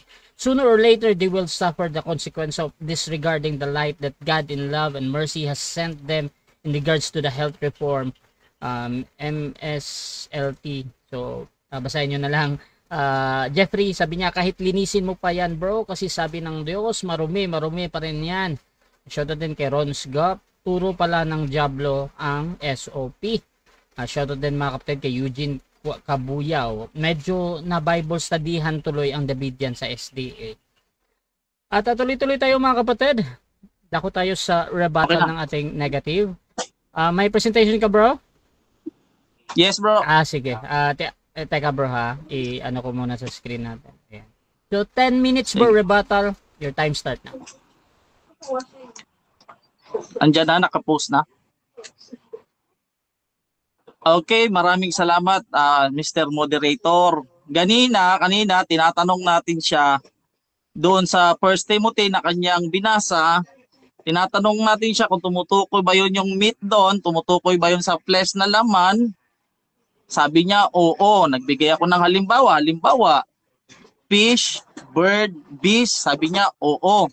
Ngayon, kinukunik niya doon na kapag nagtuturo ka ng health reform, sa demonyo. Yun ang pagkaintindi ko. Ewan ko lang sa iba. Ngayon, kinumpirma ko yun, inulit-ulit ko sa kanya. Sabi niya, oo. Yun yung isa po sa pagkakamali niya. Kasi kung babasahin po natin, nakikita po ba, Mr. Moderator, yung screen? Nakikita po yung screen? Okay, sinasabi rin, salamat po. Sinasabi dito na ng aklat ng Spirit of Prophecy. It should be understood by all that the Bible word meat does not necessarily mean flesh. Sinabi niya na tumutukoy daw sa mga karne, ganon. Sabi niya, ganon. Pero sinasabi po dito sa Spirit Prophecy ganito, hindi po lahat ng word meat ay flesh o laman. Whenever the flesh of animal is referred to the Bible, the word flesh and not meat. Hindi po na lahat ng flesh ay meat, no? Tinanong natin siya, sabi niya, oo. Ngayon, here we see that the word meat includes all flesh of the animal since flesh was not included. Hindi po in the diet or originally designed for any of lower animals, much less for man. Genesis, kinote po ng dito ang Genesis chapter 1 verse 29 to 30. So hindi po kasama doon yung flesh or meat o laman ng mga karne. Okay? Yung po yung pagkakamali niya. Sabi nito, and this, by the way, has a bearing upon 1 Timothy chapter 4:3, since it tells us what meats are, which God created to be received with thanksgiving. One thing is most certain, that is that they do not include the flesh of any living creature. Pero sinabi niya kanina, malinaw, inulit pa natin na laman daw talaga. Oo, pero sinabi dito, hindi yun include ang laman ng mga living creature. God did not create any beast, fish, bird, or creeping thing to be eaten. The only thing which He created to be eaten are fruits and grains. Forman yung po yung sinasabi ko. And green herbs and vegetables for the lower animals. So mali po ang ating kapatid. Sabi niya kanina, meat, laman na yon. Yon. Pero sinasabi pala dito sa Spirit Prophecy, sa aral nila, ang 1 Corinthians 1 Timothy 4 verse 3 at yung mga talata, hindi pala to tumutukoy sa anumang laman ng karne. Kundi tumutukoy lang ito doon sa mga green herb na pwedeng kainin, fruits, grains, for man. Okay? And therefore, however advocates a return to the original God-giving food, is the last person in the world to be charged with commanding to abstain from meats which God has created to be received with thanksgiving, mga kapatid. Ito po ay mabasa sa Adventist Review Sabbath Herald, mga kapatid. Next. But what about the statement that every creature, na sinasabi doon, every creature, ibig sabihin, lahat ng karne? No.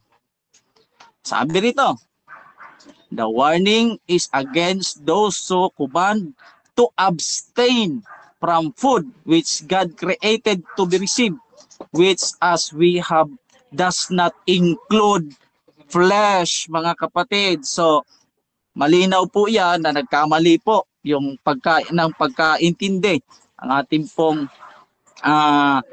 kaharap ngayon, sapagkat sinabi niya, pwede. Hindi po sinasabi doon na kung malusog or may sakit, di mo pwede. Sinabi doon, lahat po ng karne, hindi pinag-uusapan kung malusog.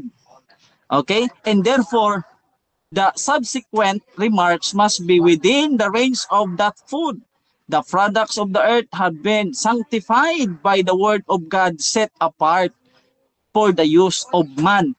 Flesh meat has not been thus sanctified, but has been permitted as succession to man, the last hardness of heart. Ganun yung magiging resulta, mga kapatid, pag kumain kayo niyan. Ngayon, parang sinasabi niya kanina nga, pagka okay lang na kumain ka, kahit narinig mo yung mensahe, tapos pwede din na hindi ka, meron kasi paghahatol dun sa tema. Kasi sabi niya, maliligtas din hanggang dun. Parang sinasabi niya na hindi kasama sa hindi, walang kinalaman sa kaligtasan yung bang health reform. Pero sabi rito ng propeta nila ganito, the light God has given on health reform is for our salvation and the salvation of the world. Napakalinaw po niyang, kapatid. So ibig sabihin, hindi nga, kaya nga malilito yung mga kapatiran, may kumakain dyan. Ang paghatol, wala po yun, kapatid, kasi meron naman paghahatol, ang Diyos ang maghahatol niyan. So malinaw dito sa sulat ng kanilang propeta, ito po yung binabasa lang natin, the light God has given on health reform is for our salvation in the salvation of the world. Mahalaga po yan, mga kapatid. Okay? God gave the light of health reform, and those who reject it, rejected God. Ibig sabihin, ang liwanag ng health reform ay ibinigay sa atin. Kung ito'y ating i-reject natin ang God. So dito tayo sa nating PowerPoint. Ilang minuto ako, bro? Ilang minuto pa natitira? 2 minutes. Maraming salamat. So dito tayo, mga kapatid. Sabi rito,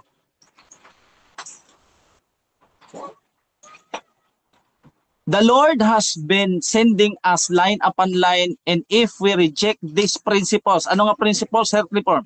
We are not rejecting the messengers who teaches them. Bro, hindi pala bro, yung pinapakita mo, bro, itong Council of Diet and Food 380.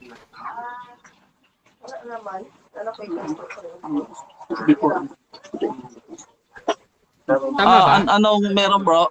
Sige daw. Ang audience kasi hindi daw nagmo-move yung yung presentation mo. Saglit Sige, paki-ano muna yung bro. Council on Diet 380.2. Sige lang po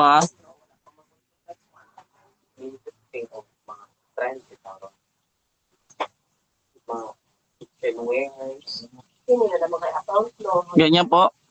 Sayang.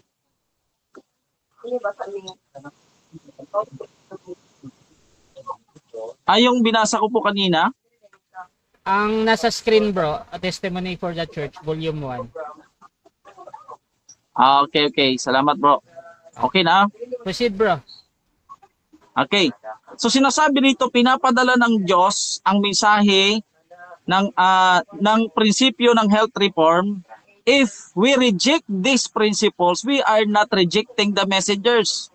Those who teach them by one who has given us principles. Ang sabi rito, reform, continual reform must be kept before the people, and by our example, we must enforce our teaching.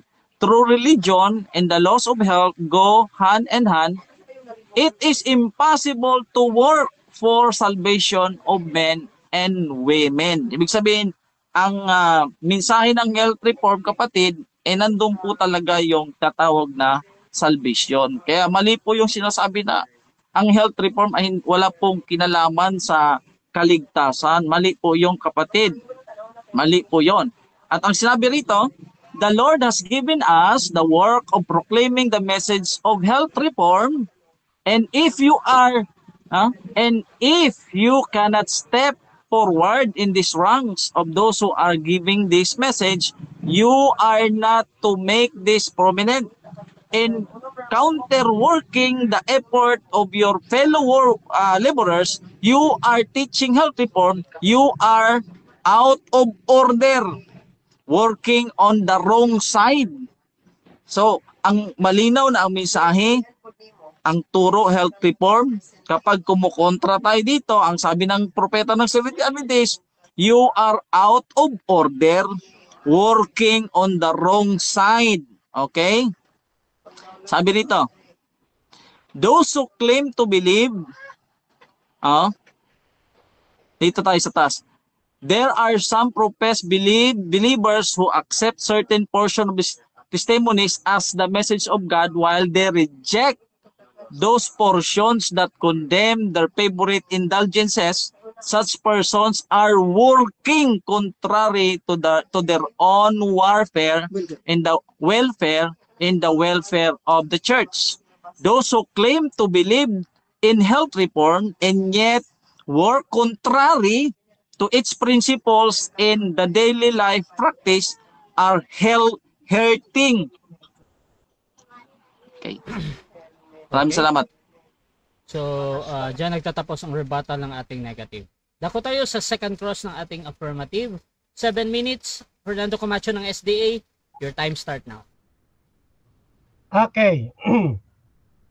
Ang una ko pong tanong ay dito sa unang Timoteo 4:3. Saan po dyan kapatid yung pong saan nakalagay dyan o anong salita nakalagay dyan tumutukoy doon sa lamangkati?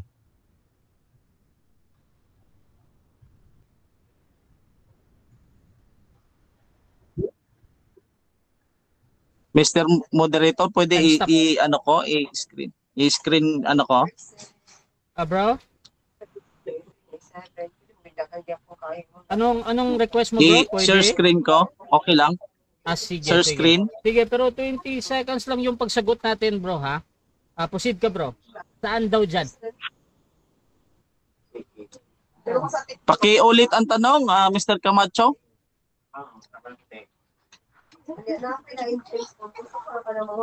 Pakiulit po yung tanong. Mr. Moderator ha, ito tanong. Proceed. Dito sa unang Timoteo 4:3. Inilagay ko po sa screen. No, po. Alin po sa mga salitang diyan ang tumutukoy sa lamangkati? Ito pong salitang meats po ang pinag-uusapan diyan kasi sinabi mo kanina yan ay karne. Next question. Affirmative? Next question na ako, sige. Okay, next question. Dito sa unang Timoteo 4:3, inilapag ko sa screen yung tekstong Griego. Saan po dyan yung binabanggit yung meat na hindi tumutukoy sa karne? Saan po dyan salita dyan? 10 seconds po, hindi Mr. Moderator.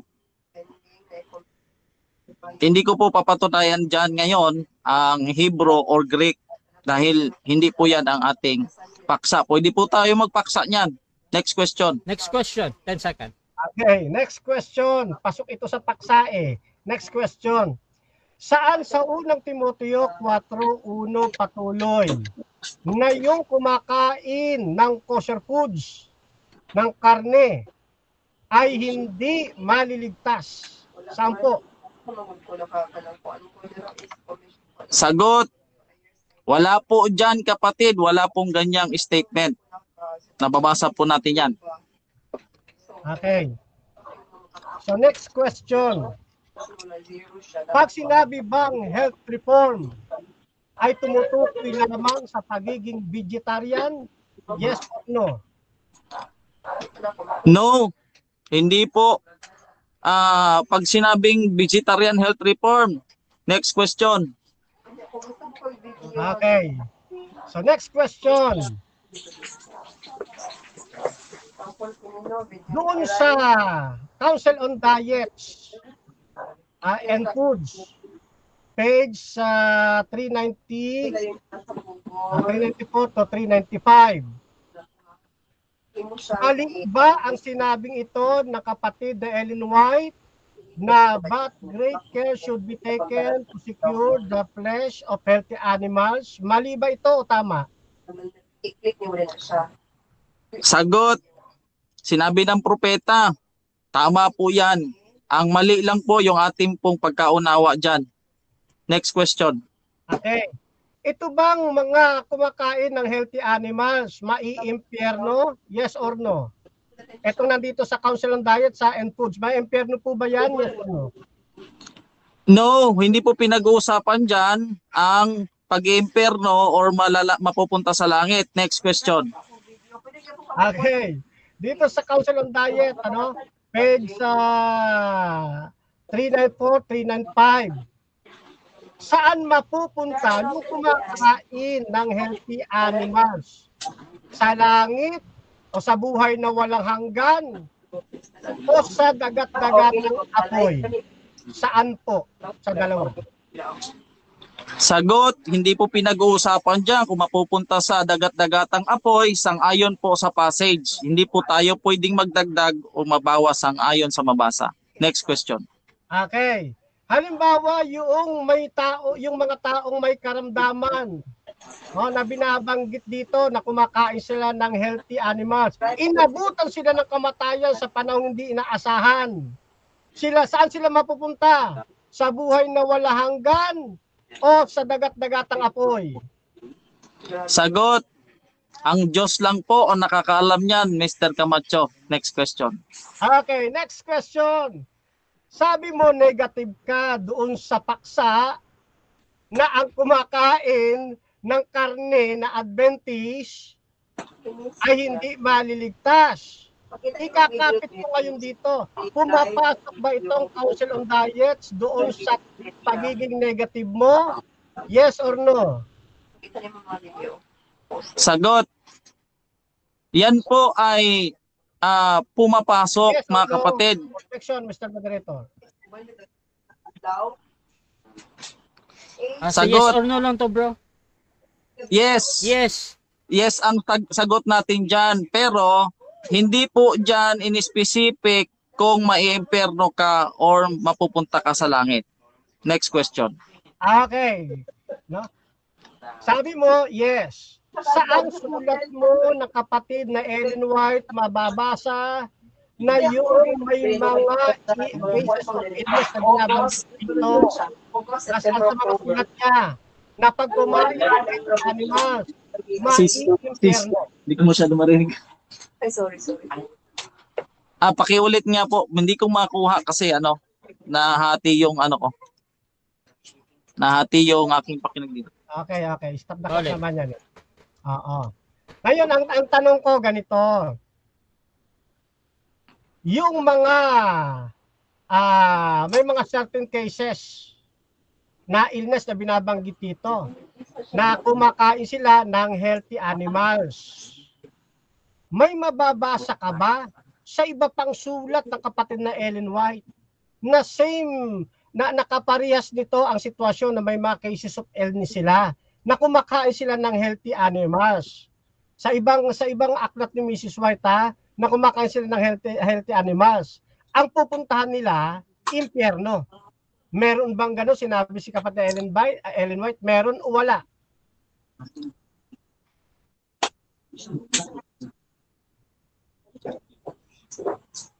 Sagot, wala pong ganong statement at kung may sakit, kinukonsider po yon sang-ayon po ng propeta ng Seventh-day Adventist. Basta may sakit, pero kung walang sakit, nasa sa atin na po ang pagpapasya nun.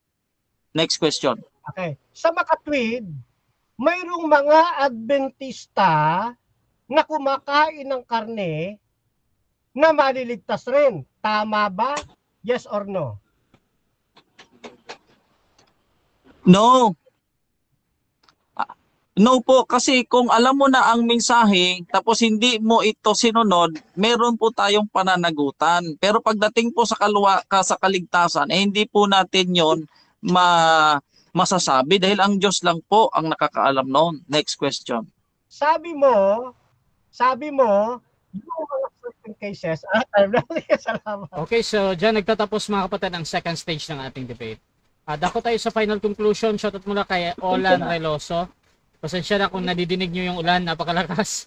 Shoutout din kay Jason Digno. Sabi ni Olan, di mo na paaminin ang mga SDA kasi di naman yan pagkain po. Shoutout din kay Jason Dignos. Gagamitin ang aklat ni Mrs. White tapos nagsisilabas sa tunay na iglesia. Hindi sa Davidia nakaanib si Mrs. White, kaya balik na kayo sa SDA. Shoutout din kay Jean Tanhay. Paano ka makakapunta sa langit kung di ka maging banal dito sa lupa? Dapat dito pa lang makasunod na sa lahat ng requirements. Shoutout din kay Ferds Ando. Joel Pablo, maingay daw. Shoutout din kay Raymark Sigan. Sakto lang ang Davidian na to sa sabi ng Timoteo 4:1-3. Rico paalam, Mr. 10 seconds pag naipit, saan kaya nag-aral ang Davidian? Hindi pala nag-aral ng Greek. Shoutout din kay Drasser, huwag nyo pag-awayan ang pagkain ng karning baboy. Pag di kumain, edi pabayaan mo. Pinasalamatan naman niya sa Diyos. Yan. Shoutout din kay Ferds Ando. Sayang ang oras ni Bro Camacho. Matagal sumagot yung Davidian. Shoutout din mga kapatid. Kay Moises Mangrubang. Ayan. At dito din sa ating nasa live. So dako tayo sa final conclusion bilang negatibo mga kapatid. Sa ating paksa na ang mga Adventist na kumakain ng karning ay maliligtas sa araw ng paghukom. Brother Real Jury, 5 minutes, your time start now. Sir Moderator, pwede mag-share screen ako?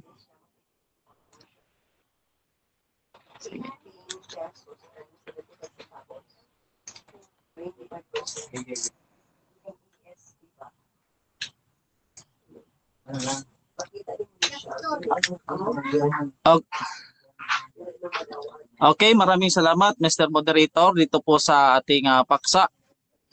Sa amin pong paksa ni Mr. Camacho ay hindi po tayo nagiging judgmental kundi binabasa lang po natin yung sulat ng kanilang propeta. Dahil pinapatunayan ko po na mali po yung pagkaunawa ni Camacho. Kasi nga kanina sinabi niya na laman pero sinabi pala ng propeta niya na hindi yun laman. Okay? Tapos dinadala tayo sa Hebrew at saka Greek. Pwede naman natin pag-usapan ang Hebrew at Greek. Hindi yun ang ating paksa. Pwede po natin yan pag-usapan kung ano ang Hebrew o Greek.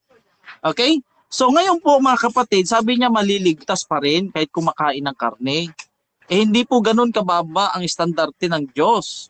Siguro sa tao sasabihin natin, pero sabi mismo ng kanilang propeta, one thing is certain, those 70 Adventists who take their stand under Satan's banner, maliligtas ba yan kung nandun sa Satan's banner?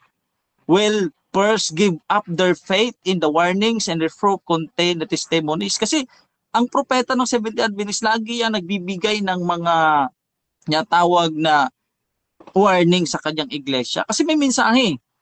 As a storm approaches, a large class who have professed faith in the third angel's message but have not sanctified through the obedience of the truth.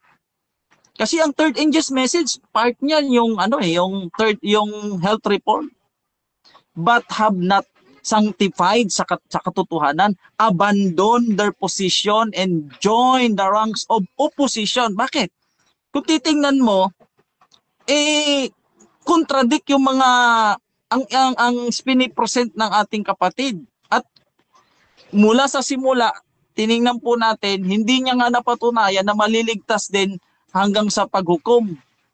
Wala yon, hindi niyo po mababasa. At ito po ay interpretation lang po ni Brother Camacho. Satan's chief work is at the headquarters of our faith. Maliligtas ba yan? Ang sinasabi rito na Satan's chief work is at the headquarters of our faith. Sinabi yan ng propeta ng Seventh-day Adventist. He spares no pains to corrupt men in responsible position and to pursue them to be unfaithful to their several trust. Satan is doing his utmost to deceive and allure them. So ibig sabihin, dahil sa hindi na nasusunod yung health reform at mensahe ng tatlong anghel, dahil majority po dyan hindi naman sumusunod, na sinasabi doon, ang mga presidents, ministers, ang mga members kailangan sumunod sa strict health reform. Oo, kasi yung propeta, nakahinto talaga ng kain yon. Oo, pero ang mga Seventh-day Adventists hindi talaga huminto. Sabi rito, of those who boast their light and yet fail to walk in it, Christ says, Capernaum, Seventh-day Adventists who have had great light, which are exalted unto heaven and point of view, a privilege, shall be brought down to hell. Meron bang maliligtas na ganyan mga kapatid na 70 Adventist Capernaum na mayroong malaking liwanag at nabigo sa paglakad sa liwanag? Ang sabi dito, shall be brought down to hell. Siguro wala namang maliligtas kung maliligtas pa na dadalhin doon sa tinatawag na impyerno, mga kapatid. So dito mga kapatid, kung titingnan mo yung mga statement ng propeta ng Seventh-day Adventist, mga kapatid, malinaw talaga nga hindi magiging dahilan yung sakit. Ibig sabihin, lahat ng Seventh-day Adventist may sakit. So hindi po pinag-uusapan doon kung may sakit yung isang karne, kundi pinag-uusapan doon yung karne mismo. Ibig sabihin, ipinababalik po tayo doon po sa original diet, sa original design na i-create ng Diyos. Back to the original. Hindi po doon sa Leviticus 11, kundi doon po sa original design na wala pong karne, prutas, grains, vegetable, nuts lang po ang re-required ng Diyos, mga kapatid. So, yun po mga kapatid, ang ating pong binabasa na hindi lang po naintindihan ng ating kapatid. Ito pong sulat ng kanilang propeta at wala po tayong tinatayuan. Marami pong salamat. God bless po. Okay, so diyan nagtatapos ang final conclusion ng ating negative. Dako din tayo sa final conclusion ng ating affirmative sa kanyang pinatutunayan na ang mga Adventist na kumakain ng karne ay maliligtas rin sa araw ng paghuhukom. Brother Fernando Camacho ng SDA, your time start now. Yes, So, akala ko ay matitibag na sa huling pagkakataon ng negative yung ating pundasyong itinayo, pero hindi po natibag, Unang-una yung mga Adventist sa unang century, na kumakain ng karne, hindi po niya natibag yon. Na yun ay maliligtas po, mga kapatid, yung mga tapat na Adventist sa unang siglo at ikalawang siglo. Then si William Miller, hindi rin niya natibag yon. Adventist din yon, kahit hindi member ng Seventh-day Adventist Church, pero naghintay sa Panginoon, kumakain po ng karne. Sabi ng kapatid na Ellen White, maliligtas po yon. O kaya nakatindig yung ating paksa, Yan. Then, doon sa Capernaum na binabanggit niya, wala naman doong usapin tungkol sa sa vegetarianism o sa health trip na binabanggit niya Isiningit lang po niya yun Ano po yan mistake and blow. Ano po? Yan, para lang magmukhang tama. Okay? Then, Isa pa, gusto kong makita po ninyo. Eto sa aking ilalapag ko sa screen. Kulang lang kasi ang oras ko eh. Di bale at meron pa namang ibang pagkakataon, ano? Ang sabi rito sa atin, saan na ba 'yon? Na tayo'y hahatulan ng Diyos ayon sa liwanag na atin pong tinanggap, mga kapatid. Ito ilalapag ko sa screen. Yan. We are accountable only for the light that shine upon us. Kaya kahit na nga yung may mga karamdaman at hindi pwedeng kumain ng puro gulay lang at kumain siya ng karne at siya namatay sa pagkakataong yon, masasabi mo bang sa impyerno bagsak noon? Tapat na naglilingkod yun, kaya lang meron siyang illness. Sa buhay na wala hanggan yun. Huwag nating sirain ang gawa ng Diyos, sabi ng Roma, dahil sa pagkain.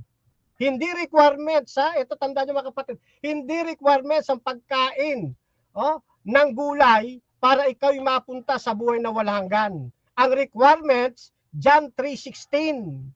Yan po ang requirements ng palatayanan ng Panginoong Kristo, Efeso 2:8-9. Yan ay biyaya. Kung kukunin mo yung kaligtasan mo sa pagkain ng karne, sa hindi pagkain ng karne, mabibigo ka. Sabi ng kapatid na Ellen White, wag mong susukatin. Ang tao wag mong susukatin mananampalataya sa pamantayan ng tao. Hindi ko na ma-i-plus dito, kasi marami na. Ngayon, tulad na sinabi ko, walang pinag-iba yan doon sa mga contaminated na vegetable. Halimbawa, dito, yan, nilagay ko sa screen. May mga research na yung mga contaminated vegetable, hindi lang contaminated na mga karne, pati sa vegetable meron din. Ayan, napakarami niya, galing sa Office of the Vice President for Academic Affairs, napakarami po niyan. Hindi rin po dapat kainin niya kasi bahagi po yan ng health reform. Kaya yung health reform, hindi lang po sa pagiging vegetarian. Marami. Ito pa, kay Silliman University, journal, napakarami pa niyan. Foods and Agriculture Organization of the United Nations, na sinasabing dapat ding mag-ingat sa pagbili ng mga gulay. Yan pinag-iingat tayo bilang bahagi ng health reform. Kahit dito sa Philippine Journal of Science, kahit na vegetarian ka, hindi ka magiging maingat, madadali kalusugan mo, hindi rin health reform ang tawag diyan. Health deform yan. Kaya kapag sinabing health reform, napakalawak niyan, mga kapatid. Time na? Napakalawak. Okay. Napakalawak po niyan, mga kapatid. At wala sinasabi sa kapatid na Ellen White, kapag kumain ka ng karne, maiimpyerno ka. Wala hong ganon, mga kapatid. Ano po? Yan. Lahat yan. Unang Timoteo 4:1-3, yung pagbabawalan mong tao na kumain ng kreya. Ang sinasabi kong kreya, yung bromaton na kosher foods. Yan po ay aral ng demonyo. Yung sinipi po niya na sinabi ng kapatid na Ellen White tungkol sa unang Timoteo, yun po ay deliberation ng kapatid na Ellen White as a sermon type. Hindi po yan exegetical types. Kaya dapat aralin din ang sulat ng kapatid na Ellen White. May hermeneutics nga niyan na pag-aaral ng sulat na Ellen White. Ewan ko lang kung nakarating na sa Davidian po yan. Ano po? Yan. Dapat unawain ang sulat ng kapatid na Ellen White ayon sa kanyang mga salita. Maraming salamat po. Okay, so dyan nagtatapos ang debate natin between Seventh-day Adventist Church and Davidian, mga kapatid. So before natin i-end yung ating live, syempre gusto ko muna kayong magpasalamat sa lahat ng nanood, mga kapatid. Meron tayong halos 40 live viewers kanina, 166 na nag-comments. Unahin natin si Bro Camacho. Bro, pasalamat bro. Yes, isang malaking pasasalamat sa ating pong dakilang Diyos sapagkat muli na namang nagkaroon ng ganitong makabuluhang pag-uusap sa pagitan po ng Seventh-day Adventist Church at ng Davidian. At bukod sa Panginoon, pinasasalamatan ko rin siyempre ang atin pong napakabait, gwapong-gwapong nasa negative side, kapatid na Nunez. Ano po? Siyempre sa atin pong patas na moderator. Ano po? Yan. At siyempre sa mga nasa comment section, Davidian man o ibang sekta ng pananampalataya or Adventist, negative or positive, para sa inyong maliit na lingkod, lahat po yan ay aking pinasasalamatan. Bahagi kayo ng pag-aaral po ngayong gabi. At muli po, ay iniiwan ko kayo sa mapagmahal na palad ng ating pong Panginoong Diyos. Hasta la vista! Viva el Señor! Viva Adventista del Séptimo Día! Chokbok! Hamnida sa inyong lahat mga kapatid at mispa sa inyo pong lahat. Back to you, Mr. Moderator. Siyempre, pasasalamat din, bro. Nunez. Okay, marami po salamat una sa lahat sa ating pong Panginoon na siya po ang may lalang na lahat, lalo tigit ang kanyang biyaya, no?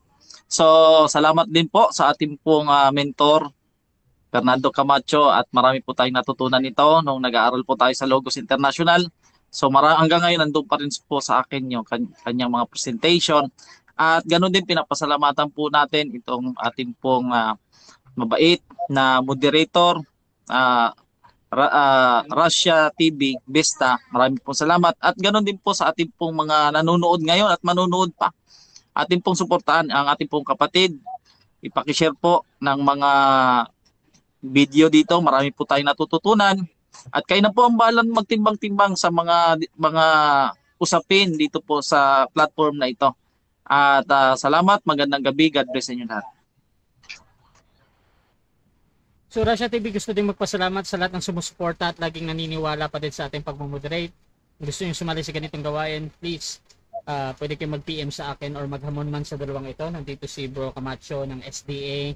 Lagi-lagi yan dito sa akin at syempre kay Brother Jury mga kapatid. At po pwede nyo akong gamitin as mediator sa inyong pag-usap basta sumasang-ayon lang kayo sa lahat ng patakaran dito sa aking platform.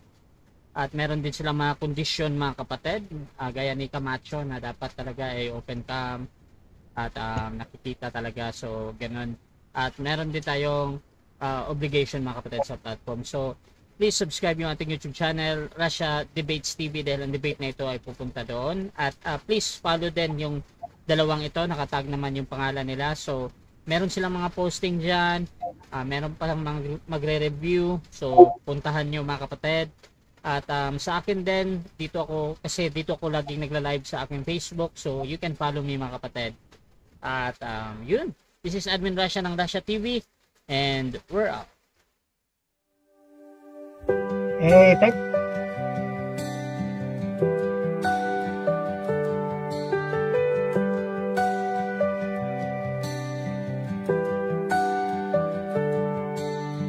Darkness fades when you are near. Your light breaks through our deepest fear. You make the broken heart